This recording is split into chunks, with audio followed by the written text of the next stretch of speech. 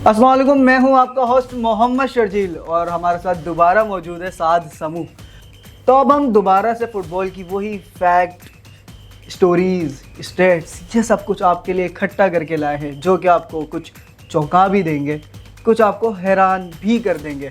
तो आज हम बात करते हैं साद से। साद, कैसे हैं आप? साद अल्हम्दुलिल्लाह, आप बताएं। साद, मैंने आपसे प्रिडिक्शन की थी कि मेरे गोल्डन बूट विनर है एम्बाप्पे, और कल आपने 2 गोल तो देख ही लिए होंगे। जी बिल्कुल देख लिया मैंने। तो मैं कहता हूं कि अब आप अपनी पुर्तगाल और रोनाल्डो वाली जो आपकी प्रिडिक्शन है ना, वो वापसी ले लीजिए। साथ नहीं, मैं प्रेडिक्शन अपनी वापस नहीं लूंगा। पुर्तगाल के भी अभी मैचेस बाकी हैं और फ्रांस बिल्कुल अच्छी टीम है और वो अपने मैचेस खेल रही है। तो ऐसा तो मैंने भी कहा था कि एम्बाप्पे और डेम्बेले दोनों फेवरेट्स में शामिल हैं, हालैंड भी शामिल हैं, लेकिन मैंने प्रेडिक्शन अभी ऐसी कोई नहीं दी थी कि आपने बोला था पुर्तगाल ये ट्रॉफी जीतेगा। साथ पुर्तगाल ट्रॉफी है ये मेरे पास, पुर्तगाल ट्रॉफी बिल्कुल जीतेगा, कमबैक करेगा। मुझे लगता है कि आप कमबैक की बात कर रहे हैं। मुझे लगता है कि पुर्तगाल क्रोएशिया से भी नहीं जीतेगा।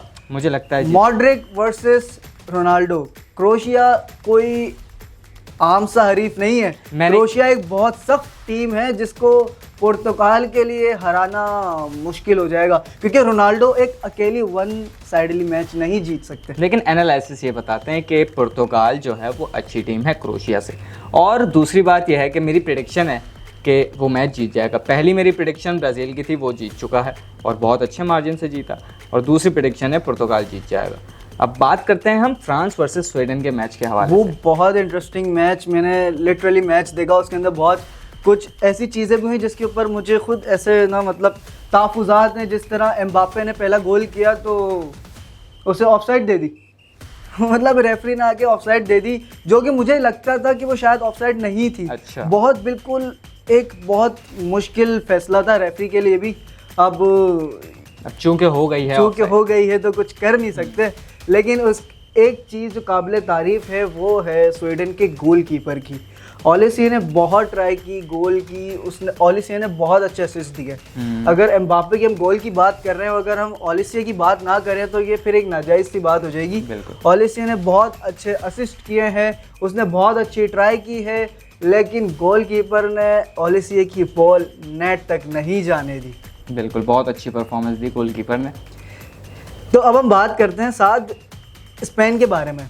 स्पेन जो कि अभी तक हमने टॉपिक छेड़ा नहीं है। और अगर हम बात करें लास्ट ईयर की, लेमिनी यमाल बहुत हॉट टॉपिक रहे थे। लेमिनी यमाल, हर जगह इस बंदे का नाम आ रहा था, जबकि उनकी उम्र आई थिंक 70 to 18 एज है, इतनी कोई बड़ी एज नहीं है। लेकिन उन्होंने लास्ट ईयर जो परफॉर्मेंस दी थी वो बहुत ही उम्दा परफॉर्मेंस दी। लेकिन इस बार लेमिनी यमाल कहीं स्टेट्स में भी नज़र नहीं आ रही। स्टेट्स में अगर हम देखें तो टॉप 5 में हमारे पास एक विनीसियस जूनियर आ जाता है, अर्जेंटीना के वो आ जाते हैं, मेसी, एम्बाप्पे आ जाते हैं, डेम्बेले आ जाते हैं, हालैंड आ जाते हैं। इसके अलावा टॉप 5 में और कोई प्लेयर नहीं है। और लेमिनी यमाल तो नहीं है, दूर दूर तक नहीं है। तो आपको क्या लगता है, लेमिनी यमाल कमबैक कर पाएंगे या फिर वो क्रिस्टियानो रोनाल्डो की तरह मेरी प्रेडिक्शन सच होती हुई? मेरी प्रेडिक्शन तो क्रिस्टियानो रोनाल्डो के साथ है, तो लेमिनी यमाल बिल्कुल कमबैक नहीं कर पाएंगे। क्रिस्टियानो रोनाल्डो जीत जाएंगे। आपको ऐसी क्यों बात आती है? मुझे लगता है पर्सनली क्रिस्टियानो रोनाल्डो से आपके कोई मतलब कुछ है या फिर कुछ पैसे वैसे दिए हैं आपको, कोई प्रमोशन के लिए पैसे दिए हो? ये कोई लिफाफा नहीं चल रहा है हाँ, क्या पता आप लिफाफा लेके बैठे हो। नहीं, लिफाफा नहीं चल रहा। वो प्लेयर ऐसा है, मेसी प्लेयर ऐसा है, रोनाल्डो बिल्कुल प्लेयर ऐसा है। रोनाल्डो के साथ अच्छा जो उनके साथ जो प्लेयर हैं लियाओ, वो भी बहुत अच्छे हैं। वो अलग बात है कि अभी वो परफॉर्मेंस नहीं दे पा रहे। अंडरस्टैंडिंग का जो इनका इशू है ना, वो उसके ऊपर अगर वो कम बैक करते हैं या ओवरकम कर लेते हैं, अगर वो अपने इस इशू के ओवरकम कर लेते हैं तो मुझे लगता है कि वो कमबैक कर सकते हैं। अगर वो नहीं कर पाए तो मुझे नहीं लगता क्रोएशिया ऐसा हरीफ है कि वो बगैर अंडरस्टैंडिंग के उसे हरा देंगे। नहीं, टीम कॉम्बिनेशन का बिल्कुल आपने अच्छी बात करी। टीम कॉम्बिनेशन की बात थोड़ी सी है क्योंकि कंट्रोवर्सीज यहाँ पे निकली थी कि टीम कॉम्बिनेशन पुर्तगाल में नहीं हो पा रहा। लेकिन नॉकआउट मैच है, फीफा वर्ल्ड कप है, अगला राउंड 16 है, तो पुर्तगाल कुछ ना कुछ इम्प्रूवमेंट करेगा और कमबैक करेगा। अच्छा चलो साथ, हम एक और मैच ऐसा हुआ जो बहुत अंडररेटेड था। हम बात करते हैं Mexico versus Ecuador.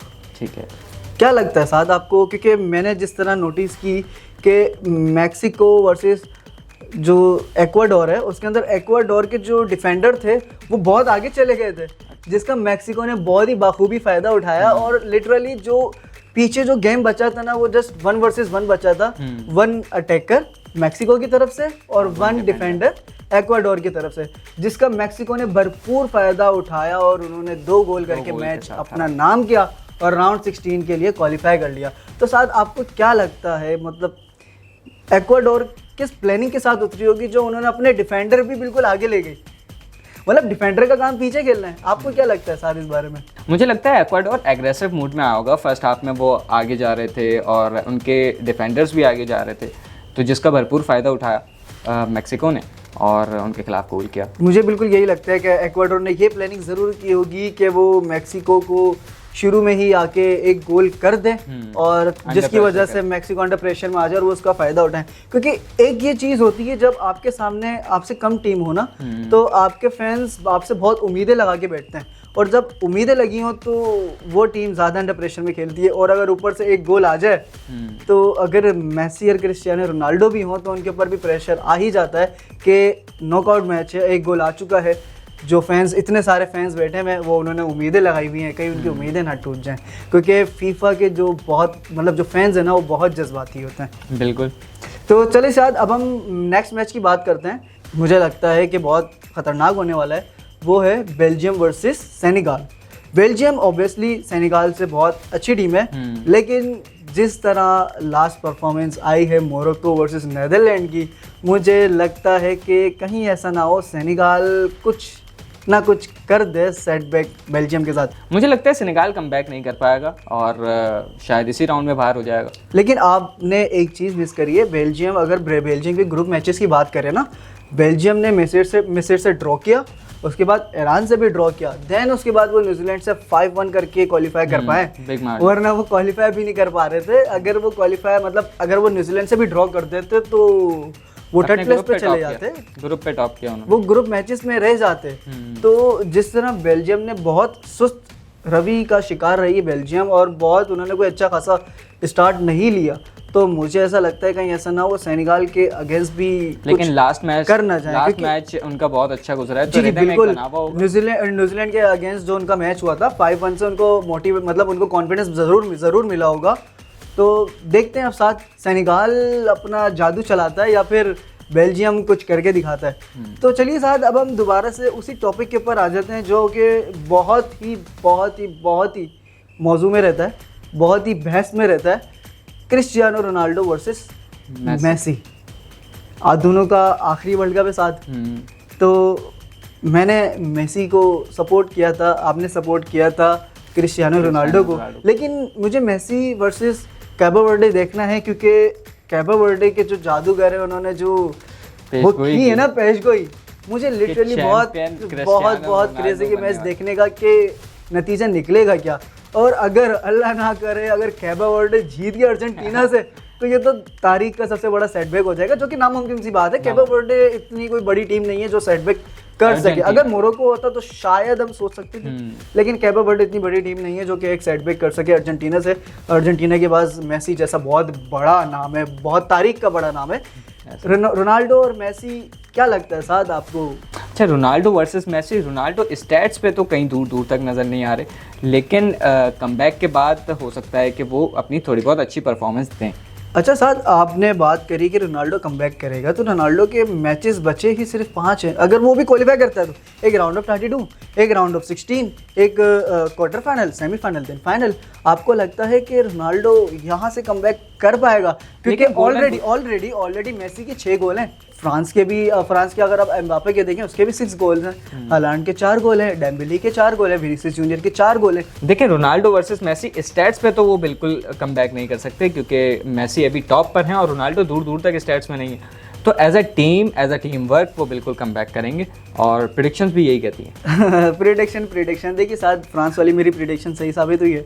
Round of 16 में फ्रांस भी आ गया है और मोरक्को भी आ गया, यही दोनों मेरी प्रेडिक्शन थी। ऐसे ही है आपकी एक प्रेडिक्शन आ गई है ब्राज़ील, जो कि नॉर्वे के साथ मैच है उसका। तो मुझे लगता है कि कहीं ऐसा ना हो नॉर्वे ब्राज़ील के साथ मतलब कर डाले। वो हम राउंड ऑफ 16 में राउंड ऑफ 16 में देखते हैं राउंड ऑफ 16 में, क्योंकि राउंड ऑफ 16 में बहुत दिलचस्प मैचेस होने जा रहे हैं। Norway versus Brazil, Canada versus Morocco. Let's see क्या होता है। तो चलिए साद, अब हम मैच के मतलब प्रोग्राम के अख्ताम पे जाते जाते एक आखिरी बात डिस्कस कर लेते हैं साद, कि जैसे मैंने आपको बोला था लास्ट मैच में भी हमने बात करी, लास्ट प्रोग्राम में हमने बात करी थी, फ्रांस के पास अगेन 3 बहुत बड़े प्लेयर हैं। ओलेसे है और उसके अलावा डेम्बेले है, उसके अलावा एम्बाप्पे है। सही है। क्या 2018 की हिस्ट्री वापस से क्रिएट तो नहीं हो रही आपके? नहीं, 2018 में ये सारे प्लेयर इतने स्टार नहीं थे ना, 2018 में एम्बाप्पे था। लेकिन यही प्लेयर्स थे जिन्होंने जितवाया। जी बिल्कुल, जिन्होंने जितवाया। तो मुझे पर्सनली लगता है ये जीत सकते हैं, लेकिन मैं आपकी प्रेडिक्शन को टारगेट करने चाह रहा हूँ। क्रिस्टियानो रोनाल्डो कैसे, पुर्तगाल कैसे ट्रॉफी उठा सकता है, कमबैक करेगा, वो एक वर्ल्ड क्लास। चले, अब आपने बात करी रोनाल्डो की एज क्या है, 41 है, रोनाल्डो की एज ऐसे ही है।